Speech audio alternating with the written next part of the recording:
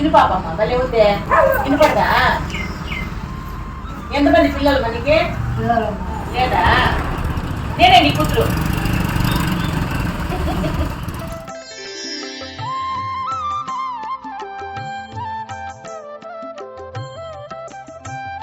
ఇదెంత? 20 రూపాయల నోట. నా తల్లి 200 రూపాయల నోటు. 200 రూపాయల నోటు. మొత్తం 1000 రూపాయలు ఉంటుంది. భద్రంగా వాడిపోయా. 20 రూపాయలు ఇచ్చేసావు. నా కష్టమో పోయా, నీ కష్టమో పోయా. మళ్ళా 1 2 3 4 5 1000 రూపాయలు.